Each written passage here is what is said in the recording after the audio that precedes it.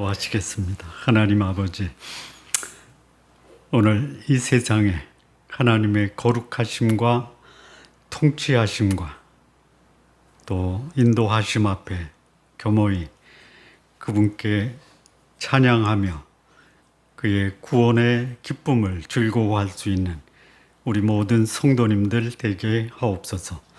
예수님의 이름으로 기도합니다. 아멘.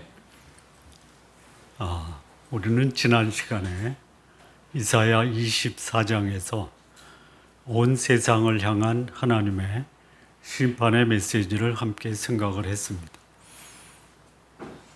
이사야 13장부터 23장까지는 각 열방에 대한 하나님의 심판을 말씀하셨습니다. 그리고 24장에서는 이 세상 끝에 하나님이 어떻게 이 전 세계를 향한 하나님의 통치와 또는 다스림과 그분의 심판을 하시느냐를 우리는 24장에서 본 것입니다. 24장의 핵심 내용이 뭐냐면 하나님이 심판하실 때 성한 나라가 한 나라도 없다. 온 세상이 하나님의 심판으로 황폐하게 되었다. 역사의 마지막에 하나님이 심판을 하실 때 땅, 바다, 생물 3분의 1이 다 황폐하게 된다라고 말씀하십니다. 그런데 땅, 바다 또는 지상에 있는 이 생물체의 3분의 1이 죽게 되는 결정적인 원인은 사람의 오염과 부패다. 그래서 마지막 심판할 때 하나님은 이 지상에 있는 인구의 2분의 1을 심판하셔서 그들로 죽임을 당하게 하십니다. 너무 잔인한 게 아니냐. 죄에 대한 하나님의 심판의 결과입니다. 죄에 대한 심판으로 하나님이 지상의 인구 2분의 1을 심판하는 게 놀라운 게 아니고 그런 심판 가운데 살아남아 있다라는 게 놀라운 겁니다. 근데 그 중에 지극히 적은 자를 하나님이 남겨두십니다. 감람나무가 태풍에 떨어질 때 거기에 남겨진 감람나무가 있고 포도송이가 떨어질 때 거기 남겨진 적은 포도송이가 있다라는. 그리고 하나님이 세상을 심판할 때 심판의 결정적인 원인은 자연재해가 아니고 소위 통치자와 재물을 갖고 있는 이 소위 부자들의 오염과 부패가 이 세상을 오염시키는 결정적인 원인이다. 여러분들이 세상을 오염시켰습니까? 오염시켜봤자 여러분 주변밖에 안 돼요. 그런데 돈 가진 사람과 권력을 가진 사람이 이 지구를 오염시킨다 이거예요. 그들을 하나님이 심판하셨다라는 것이 24장, 이사야 24장의 내용. 그런데 그 24장 심판의 메시지 후에 25장에서는 구원의 메시지, 찬양의 메시지, 잔치의 메시지를 합니다. 이사야 선지자를 통해서 하나님이 이사야 24장에서 27장까지 주시는 말씀은 당시에 그 세상에 대한 하나님의 메시지가 될 수도 있고 또는 하나님이 이사야를 통해서 세상 마지막에 하나님이 이 땅을 어떻게 다스리고 통치하고 심판하시느냐에 대한 종말론적인 메시지가 24장에서 27장에 기록이 되어 있습니다. 오늘 이 25장은 하나님이 심판 속에서 구원하시는 구원의 메시지, 소망의 메시지를 주시는 말씀입니다. 24장에서도 아주 적은 수지만 거기서 하나님이 그들을 구원하시고 그 구원한 숫자가 비록 적다 하더라도 역사 속에서 그들이 하나님 나라에서는 소위 허다한 무리, 수많은 백성, 우리 시대를 보면은 믿는 자들, 하나님을 경외하는 자들, 하나님 앞에 겸손히 그의 은혜를 구하는 자들은 많지 않습니다. 그러나 역사를 통해서 흘러간 시대, 앞으로 오는 시대에 하나님은 여전히 그 적은 수의 남은 자를 구원하셔서 하나님 나라의 백성으로 삼으십니다. 근데 그 구원한 하나님의 백성들이 하는 그 하나님의 역사 세 가지가 있습니다. 첫째는 뭐냐? 그들로 찬송하게 하십니다. 그들을 위해서 하나님이 연회를 베푸십니다. 그리고 그들을 궁극적으로 구원하셔서 하나님이 그들을 하나님 나라로 들이십니다. 그래서 오늘 이 본문 25장, 이사야 25장의 중심이 되는 단어 세 가지를 찾는다면 첫째는 찬송입니다. 두 번째는 연회입니다. 세 번째는 구원입니다. 요게 하나님이 회복시키실 나라에서 이루어지는 사건인데 그 하나님의 역사의 마지막 또는 역사를 살아가는 모든 신앙인들이 살아야 될 세 가지 삶의 형태예요. 신앙생활은 뭐냐? 찬양하는 삶이다. 잔치하는 삶이다. 구원을 기뻐하는 삶이다. 사시기 바랍니다.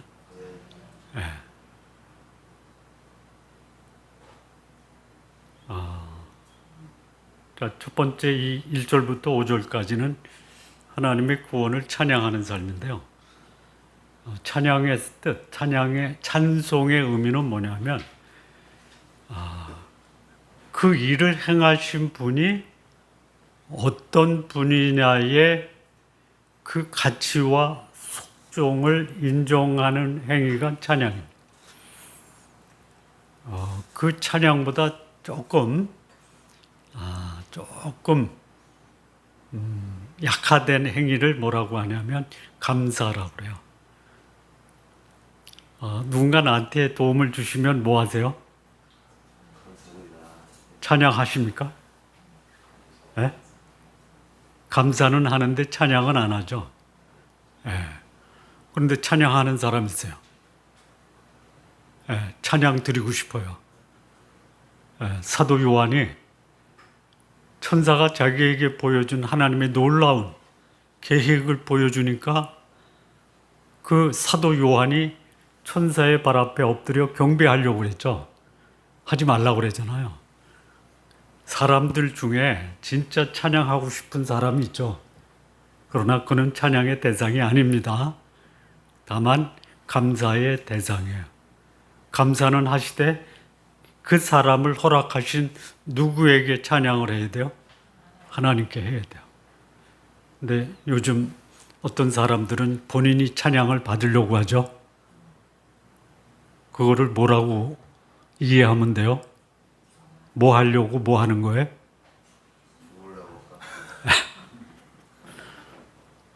하지 마십시오. 그런 사람이 있단 말이에요. 어느 목사님이 어느 목사님을 가리켜 그분을 하나님처럼 섬긴대요. 안 됩니다. 안 되는 거예요. 그 말을 듣고 또 아주 그냥 만반의 미소를 짓는 목사도 있어요. 안 되는 거예요, 그거. 자, 그러면 이사야 시대에 이사야가 하나님을 찬송해요.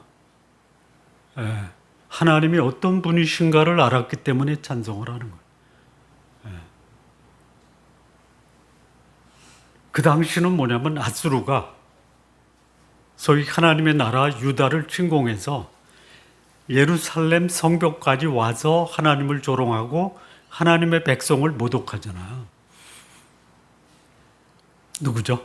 아수르예요, 아수르. 그래서 이 아스루가 어떻게 했냐면요. 25장 4절 보면요. 포학자의 기세가 성벽을 치는 폭풍우 같아요. 예. 이게 뭐 어쩔 줄 모르는 거예요. 포학자입니다. 포학자가 뭐예요? 주로 이 포학이라는 말을 쓸 때 어디다가 적용해요? 예? 정글에 맹수들, 포악한 맹수라고 그러죠. 예, 그게 어디예요? 아수르예요. 그래 그들이 그 기세를 몰아서 성벽을 치는 폭풍우가 같아요. 근데 그들을 하나님이 어떻게 하세요? 2절에 보면 주께서 성읍을 돌무더기로 만드세요. 견고한 성읍을 황폐하게 하세요. 외인의 궁성을 성읍이 되지 못하게 하고 영원히 건설되지 못하게 하세요. 아직 아니에요. 아직 아니라고요. 이사야가 살았을 때에 이 말씀을 할 때는요, 하나님이 이렇게 하시겠다라고 하는 거예요. 근데 여기 이 시제를 보면 미래예요? 현재 완료예요? 예? 완료예요. 이미 되어진 거예요. 여러분, 미래를 보시고 삽니까? 아니면 미래를 보여주기를 원하십니까? 예? 안 보이시죠? 그래서 뭐 해요? 찬송이 아니라 예?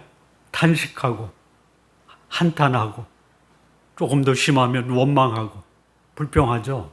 왜 그래요? 못 봐서 그래요. 좀 보시고 사십시오. 보시면 어떻게 해요? 찬송을 하는 거예요. 뭐야? 포학자가 기세를 몰아서 폭풍처럼 성벽을 칠 때에도 그 하나님의 역사를 보는 사람은 한탄, 탄식, 불평, 불만이 아니라 뭐를 해요? 좀 하십시오. 안 해. 왜 못하세요? 왜? 하고 싶은데도 안 되죠? 하고 싶잖아. 원망할 때 원방이 찬송으로, 기쁨으로 바뀌면서 살기를 원하시죠?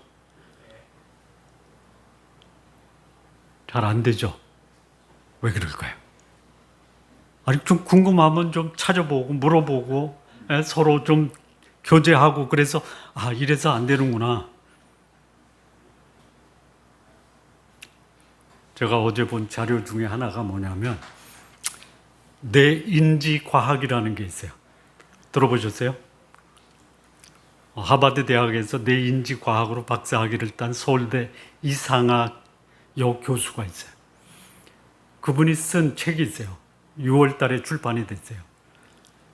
제목이 뭐죠? 이현주 집사님 제목이 뭐죠?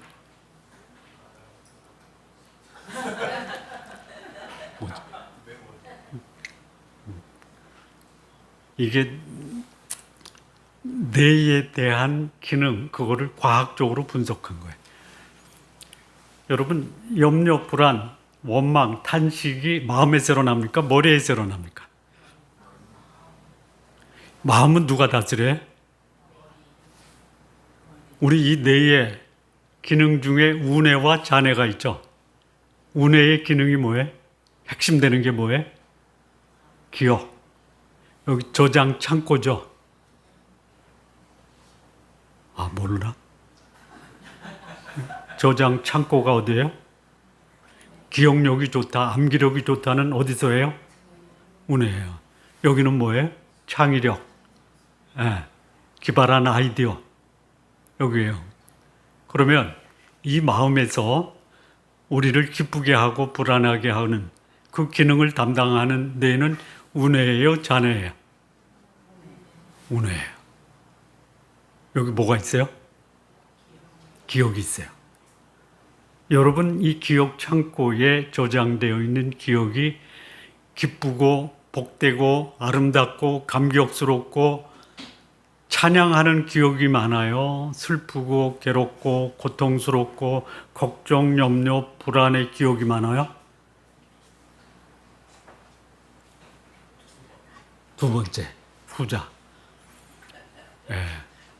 그래서 여기서 찬양하고 감격하고 감사하는 예배를 드리고 찬양을 하다가 갑자기 고민거리가 탁 들어와.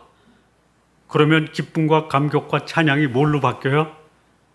찬양하는 순간에 왜 그래요? 여기에 저장되어 있는 염려, 걱정, 불안, 탄식, 한탄, 불평의 기억이 더 많은 거예요. 네. 어떻게 해야 돼요? 여기에 기쁨, 감사, 감격, 찬양의 기억으로 이 고민, 걱정, 불안의 기억을 몰아내야 되는데 여기 들어있는 하나님의 능력의 기억, 찬양의 기억이 별로 없어. 그럼 이 기억이 뭐를 주장해요? 마음을 주장하는 거예요, 마음을. 예. 그 사람의 생각이 어떠하면 그 사람의 행동도 그러한 거예요. 무릇 지킬 만한 것보다 내 마음을 지키라. 생명의 근원이 이에서 나오는 거예요. 그러니까 여기에 들어있는 기억의 저장고에 부정적인 기억이 너무 많아. 그거를 연구한 게 내 인지과학이에요. 예, 우리는 마음을 다스리는데 마음이 잘 다스려져요? 나 다스릴 거야. 다짐하면 돼요. 여기 기억 창고에 저장되어 있는 그 기억들이 마음에 결정적인 영향을 하는 거야. 여러분, 예수 믿는 제자들이 그냥 하루아침에 인생이 바뀌었나요? 그런 사람도 있어요. 있어요. 대표적인 사람이 사도 바울이에요. 그런데 대체로 예수님의 부활을 경험하고도 예수님의 부활을 믿지 못하잖아요. 오래 걸려요. 네, 오래 걸려요. 이 기억을 긍정적으로 바꾸는 이 기간이 너무 오래 걸려요. 평생 가도 안 돼요. 저도 이제 나이 70이 됐으니까 내 기억이 많이 바뀌었겠지 했는데 안 바뀌더라고요. 그냥 몸부림치면서 바꿔야 돼요. 네. 그래서 이 기억이 어디를 주장하냐면 마음을 주장하는 거야. 영국의 그 의사이면서 사회운동가, 언론인이었던 사무엘 스마일스의 말이 있어요. 인격론이라는 책에서 뭐라고 얘기하냐면 생각은 행동을 낳고, 행동은 습관을 낳고, 습관은 인격을 낳고, 인격은 인생을 결정한다고 그랬죠. 이 생각을 좌우하는 게 뭐예요? 내가 경험했던 경험과 배웠던 학습의 내용이 우리의 생각을 지배하는 거예요. 오래 걸려요. 대부분 오래 걸려요. 그런데 학습과 경험을 오래 했던 사람이 결정적인 계기가 돼서 특별한 경험을 하면요, 순식간에 바뀔 수도 있어요. 대표적인 사람이 누구예요? 사도 바울이에요. 여러분, 사도 바울은 안 돼도 사도 바울이 경험한 것은 경험할 수 있죠. 예? 그게 뭐예요? 예수님의 부활이에요. 예. 예수님을 믿는 자를 잡아 죽이려고 했던 사도 바울이 결정적인 시기에 부활하신 예수님을 만나고 그는 삶이 180도 바뀌어요. 여러분, 360도 바뀌면 원위치예요.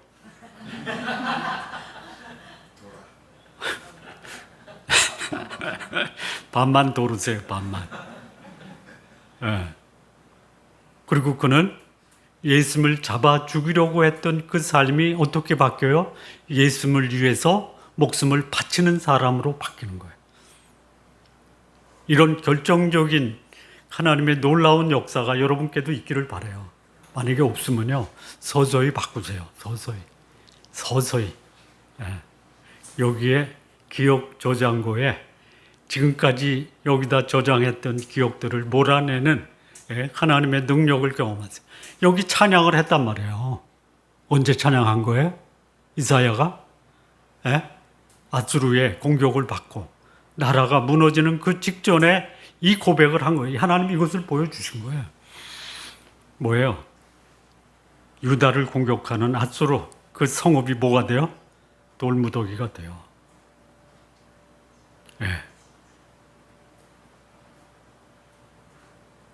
막강한 권력과 막대한 재물을 가지고 세상을 통치하려고 했던 자들, 역사 속에서 다 무너졌어요. 앞으로도 무너질 거예요. 역사의 마지막 권력과 재물을 가지고 세상을 흔드는 자가 있죠. 누구예요? 음녀라고 그래요. 음녀. 바벨론이라고 그래요. 하루아침에 무너져요. 네. 자중질환이라고 그래요.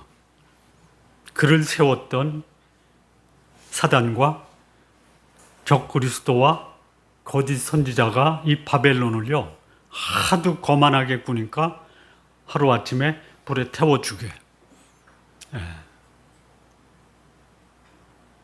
권력을 위해서 뭉칠 수 있지만 권력을 잡으면 어떻게 돼요? 그 속에서 분열이 일어나는 거예요. 그리고 스스로 그 속에서 몰락하는 거예요. 여기 하나님이 이사야에게 부어준 이 찬송의 의미는 뭐냐? 세상을 황폐케 했던 앗수르가 그들의 교만으로 황폐해진다 뿐만 아니에요. 견고한 성읍이 황폐하게 돼. 무너지지 않을 것 같았어요. 여러분, 이 니느웨, 앗수르의 니느웨, 거기요, 그때 BC 7세기 인구가 약 20만 정도 살았대요. 20만. 그런데요, 이 앗수르가 유다를 침공했을 때 하루아침에 몇 명이 몰살당해요? 18만 5천. 그냥 완전히 무너뜨리는 거예요, 하나님이. 외인의 궁성, 이 외인은 뭐냐? 하나님 없이 살아가는 사람들의 궁성이에요. 아주 화려한 궁정이에요.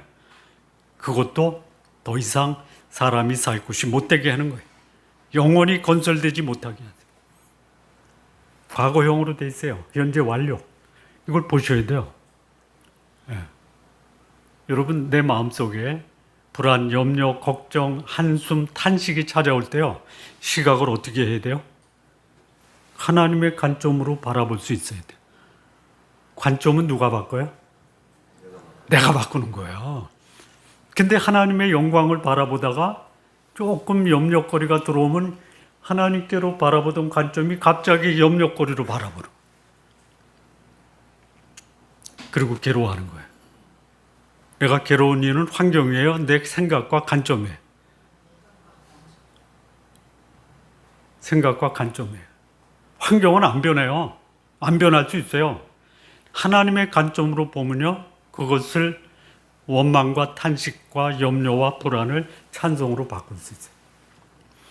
그 다음에 여기 이사야가 찬송하고 찬송을 권했던 이유는 여기 1절에서도 이제 그게 나오는데, 주께서 성실함과 진실함으로 기사를 행했어요.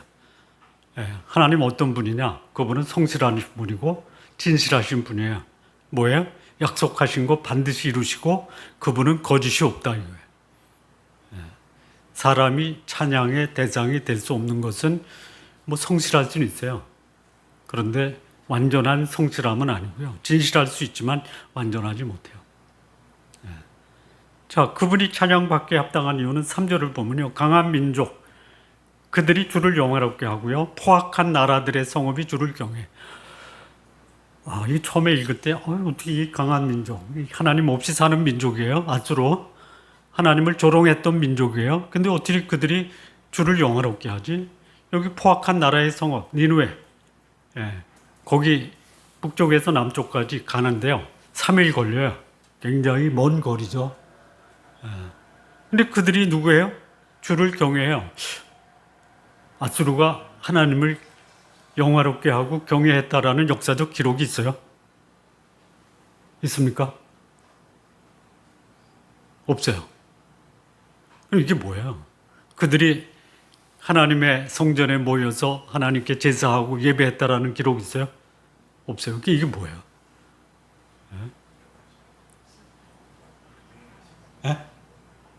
뭐예요? 찾아봐야죠, 그러면. 요즘 아주 참 편리해졌더라고요. 그냥 궁금하면 물어보면 답해줘요. 수준 높은 답변을 요구하면 수준 높게 답변해줘요.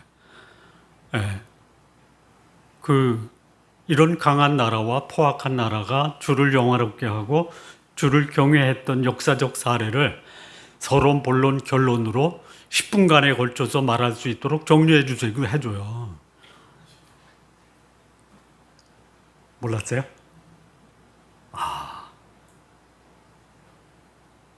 놀라울 정도로 정리를 잘해줘요. 그래서 이제 물어본 거예요. 어떻게 이런 아수르가 하나님을 영화롭게 하고 하나님을 경외합니까? 그랬더니 이거는 성전에 모여서 예배하는 게 아닙니다. 예. 그들의 마음에 이런 놀라운 일을 했다. 우리나라를 멸망시켰다. 예? 황폐하게 돼서 더 이상 이 나라가 전혀 존립할 수 없게 만들었다라고 하는 게 과연 누구냐? 이거는 보이지 않는 그 위대한 힘이다라는 것을 인정했다라는 뜻이에요. 예. 여러분, 자연의 위대함을 보고 이거 누가 만들었지라고 하는 그 고백이 뭐예요? 그들은 하나님을 인정하지 않지만 무의식 속에 이것을 만드신 분은 창조주다라고 선포하는 것과 똑같은 거예요. 예. 여러분들이 이렇게 살아있는 이 모습을 보고 여러분 주변에 어떻게 저 사람이 저렇게 됐지라고 감탄하고 또 놀라운 그 고백을 한다면은 여러분 배후에 있는 하나님의 영광을 받는 거죠. 그 말씀이에요. 하나님이 여러분을 통해서 행하신 일을 주변 사람들이 보고 하나님을 모르고 외면하고 모독하는 사람들이 보고 놀라워할 수 있는 삶을 사실 수 있어야 돼요. 뿐만 아니에요. 여기 보면 찬송하게 되는 또 다른 이유는 뭐냐면요. 4절에 이 포악자 기세가 성벽을 치는 폭풍 같을 때 빈궁한 자의 요새, 환난당한 가난한 자의 요새, 폭풍 중에 피난처, 폭양을 피하는 그늘이 되셨다 이거예요. 누가? 하나님이. 이거를 이사야가 경험하는 거예요. 그리고 이것은 하나님의 역사의 마지막 심판 때도 하나님이 이렇게 가난한 자, 빈궁한 자, 환난당한 자, 폭염 속에 있는 자에게 보호자가 되고 피난처가 되고 그늘이 되시겠다라는 것을 인정하는 게 이게 찬양이에요. 이거 경험하시면서 사시기 바랍니다. 하나님이 이렇게 약속하셨으면 이 약속은 만민에게 해당돼요. 나중에 보겠지만 지금 보죠. 6절 보면요. 만군의 여호와께서 이 산에서 만민을 위하여 기름진 것과 오래 저장하였던 포도주로 연회를 베푸신다고 그랬어요. 하나님의 역사는 특정한 사람이 아니에요. 그런데 놀랍게 특정한 사람만 하나님의 그 놀라운 구원의 계획에 참여한다라는 거예요.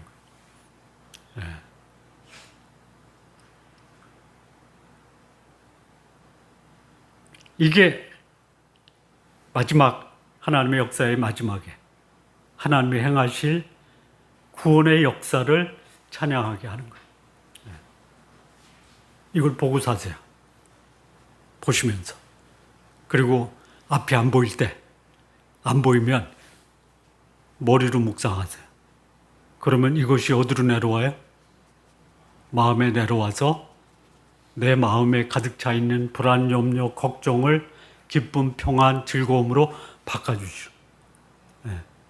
그러면 어떻게 해요? 찬양이 되는 거예요.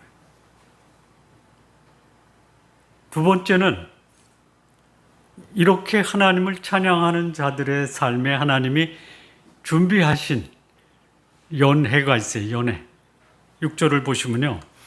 여기 오래 기름진 것과 오래 저장하였던 맑은 포도주로 연회를 베푸세요.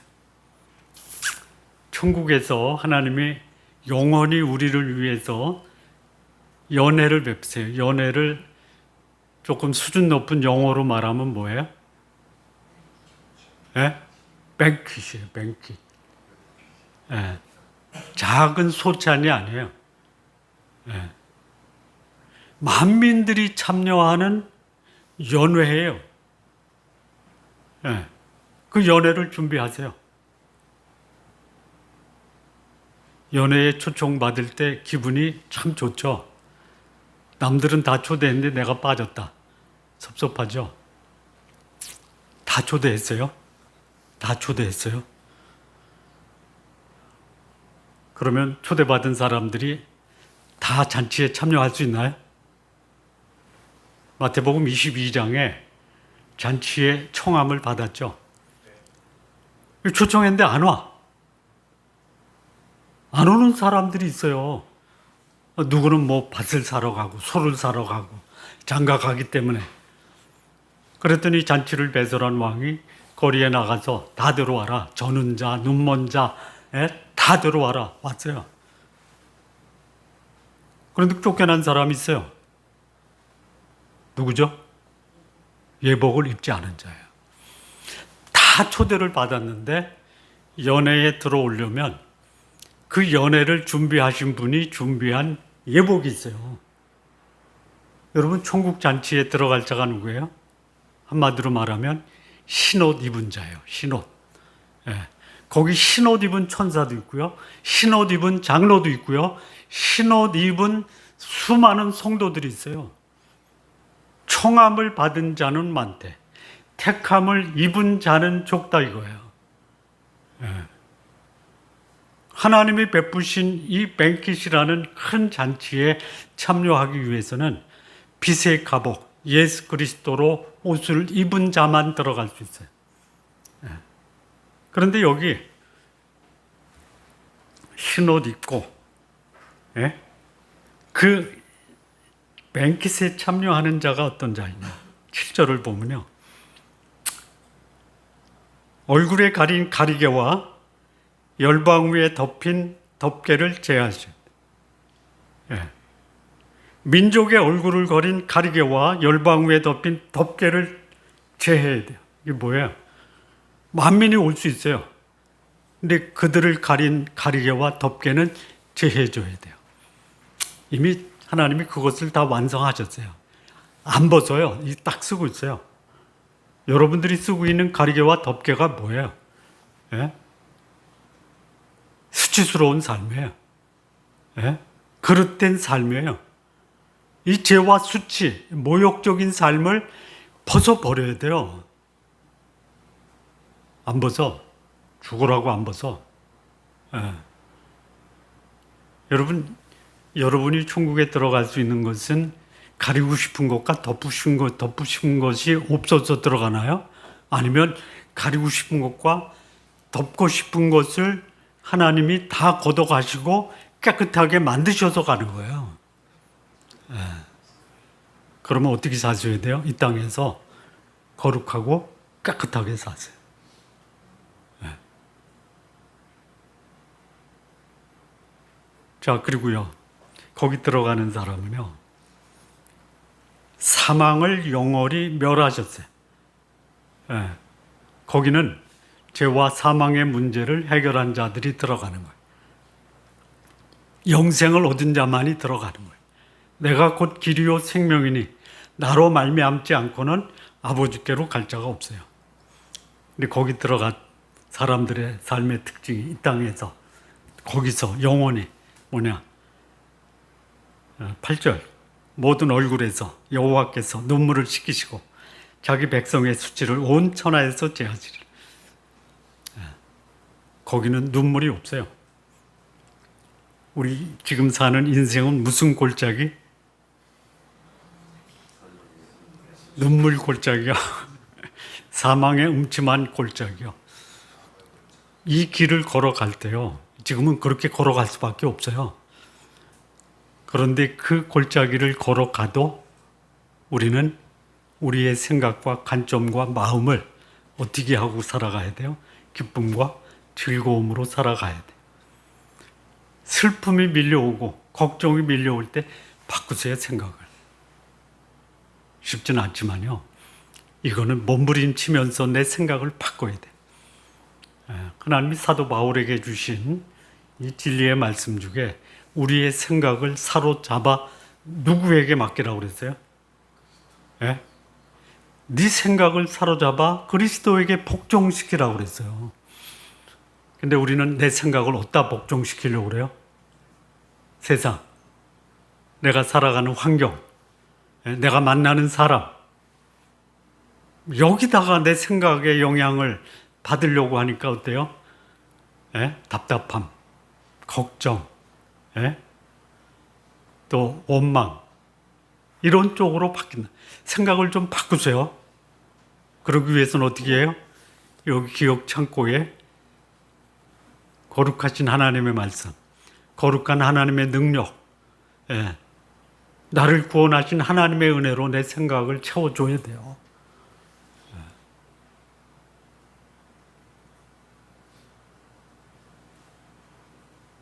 이렇게 하나님이 구원을 베푸는 자들, 그 구원의 잔치에 참여하는 자들이 누구냐?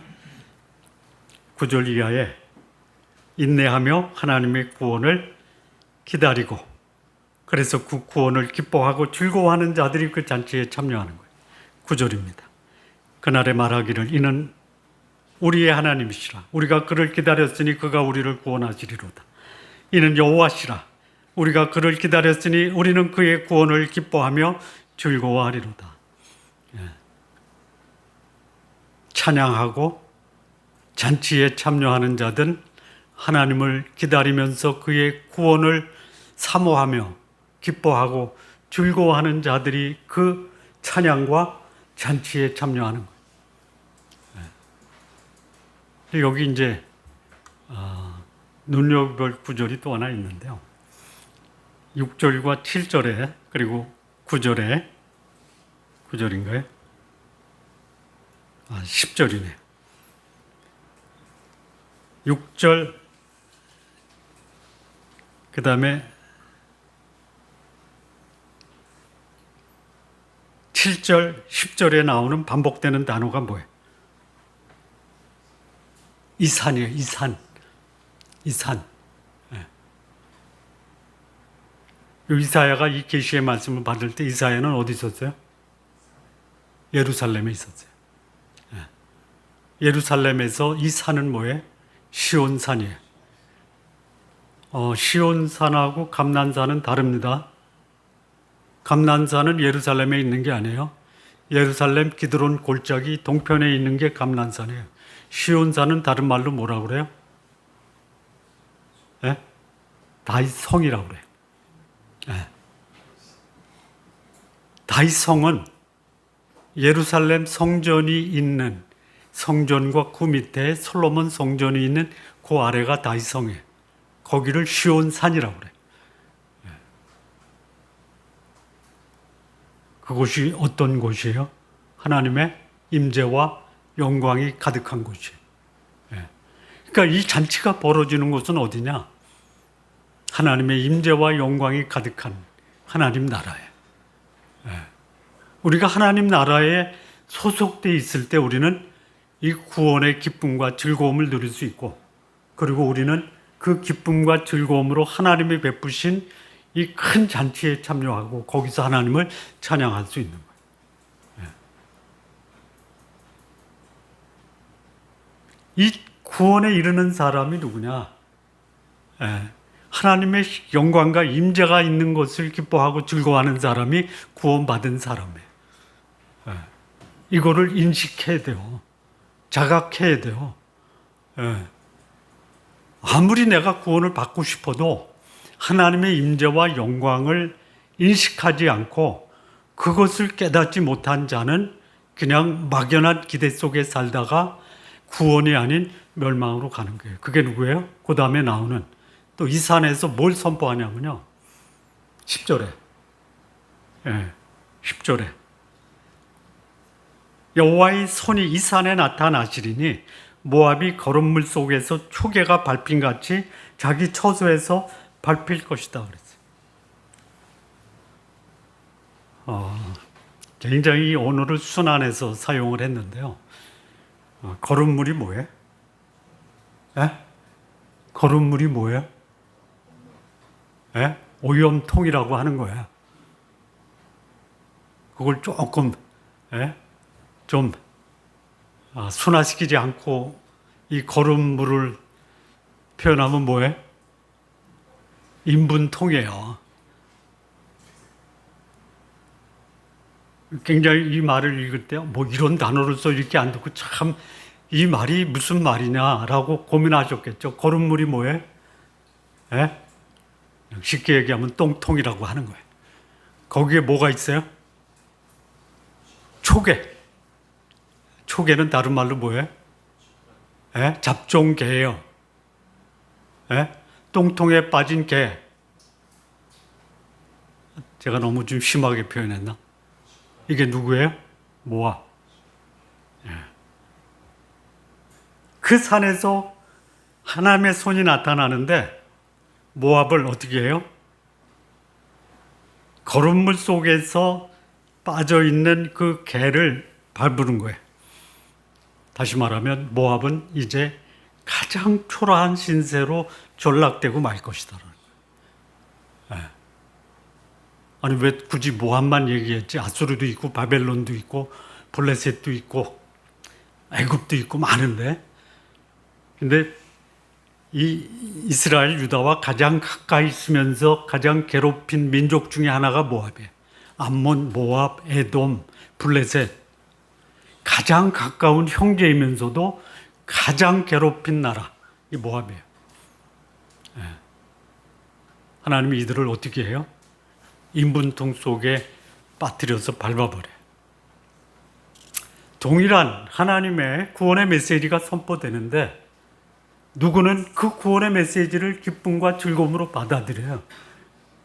그들은 찬양하고 하나님의 베푸신 잔치에 참여하는데, 여기 모압, 하나님을 거절하고 하나님을 거절한 대표적인 이 세 가지 기억나세요? 네? 그 이사야 13장부터 23장까지 나오는 열방의 세 가지 죄악. 첫째, 교만. 두 번째, 우상숭배. 세 번째, 탐욕이에요. 이거 그거예요. 여기 보면은요, 이 모압의 신이 누구냐면요, 몰렉이죠, 몰렉. 예? 자기 자식까지 몰렉이라는 신에게 제물로 바치잖아요. 왜 그래요? 자기 탐욕을 충족시키기 위해서. 그런데 그게 뭐냐면 하나님보다 우상을 섬기는 교만이에요, 교만. 우리 시대에 하나님의 사람이 빠질 수 있는 우상이 있죠. 여러분, 유다와 이스라엘이 명한 결정적인 원인이 뭐예요? 교만과 우상 숭배와 탐욕이에요. 이거 극복하세요. 여기 그 11절 보면요, 그들이 저기 거름물 속에 빠져서 어떻게 해요? 헤엄을 치려고 그래요. 헤엄. 그게 능숙해요. 그래서 저 사람은 살 것이다 그랬는데 교만함으로 인해서 능숙하게 그 거름통에서 헤엄을 칠 때 하나님이 눌러버려요. 그 포학자가 거름통에서 허우적거리면은 여러분 보실 때 기분이 좋아요? 안타까워요? 안 봐서 몰라? 왜 안 봐요? 보세요. 믿음의 눈으로 보세요. 포학자가 잘 되는 거 부러워하지 마세요. 좀 심한 말로 하면 미국이 인분통에 빠져서 허우적거릴 때도 올 것이다. 그러면 나도 그럴 수 있으니 나는 그러지 말자. 그래서 여기 12절에 보면 그 포학자의 성벽의 높은 요새를 헐어 땅에 내리시고 진토에 그냥 뭐 먼지처럼 사라지게 한다. 자, 이 역사의 마지막 하나님의 심판 때 이루어지는 거예요. 잔치, 어린 양의 혼인 잔치. 이 구원. 이 찬양할 때 이 구원의 노래 중에 하나가 뭐예요? 구원하심이 우리 하나님과 어린 양에 있다라고 찬양하는 거예요. 하나만 더 할게요. 이 잔치는 언제 벌어져요? 제가 이것을 이제 이 잔치가 언제 벌어집니까라고 이제 AI에게 물어봤어요. 물어보세요. 자세하게 물어보세요. 예수님이 재림하시기 전에 공중에 오시죠. 그리고 우리 믿는 성도들은 죽은 자들이 먼저 일어나고 살아있는 자도 공중으로 끌어올려 공중에서 어린 양의 혼인잔치에 참여하죠. 잔치가 벌어져요. 그래서 그렇게 물어봤어요. 그랬더니 옳습니다. 그러면 그게 전부입니까? 아닙니다. 예. 어린 양의 혼인잔치와 천년 왕국이 끝나고 사단과 그리고 그 전에 지옥에 들어간 적그리스도와 거짓 선지자가 지옥에 간 다음에 마지막 새 예루살렘 거룩한 성이 하늘에서 내려와 이 땅에 완전한 하나님의 나라가 이루어질 때 완전한 천국에서는 영원한 잔치다 이거예요. 여러분 잔치 석상에 그냥 단편적으로 음식이 많죠. 근데 눈에 띄는 음식이 뭐예요? 몰라요? 과일 아니에요? 과일 아닌가? 과일은 나중에 에피타이저로 먹는 아니 에피타이저요? 디저트. 보통 잔치 석상 또는 뷔페 최고급 호텔 뷔페에 과일이 몇 개 정도 나와요?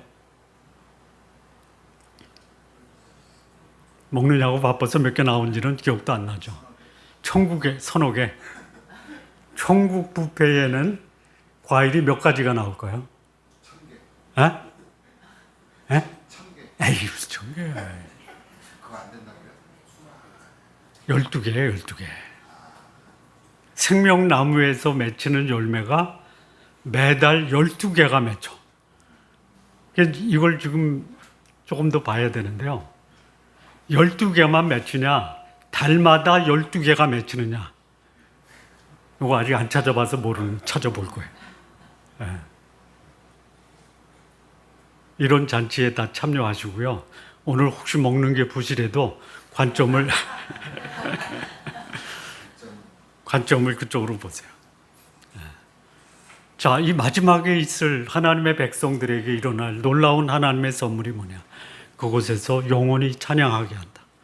그리고 잔치에 참여하게 하는데 거기에 참여하기 위해서는 나를 구원하신 하나님의 은혜에 감사하고 구원받은 이 하나님의 놀라운 은혜를 경험한 자만이 갈 수 있다.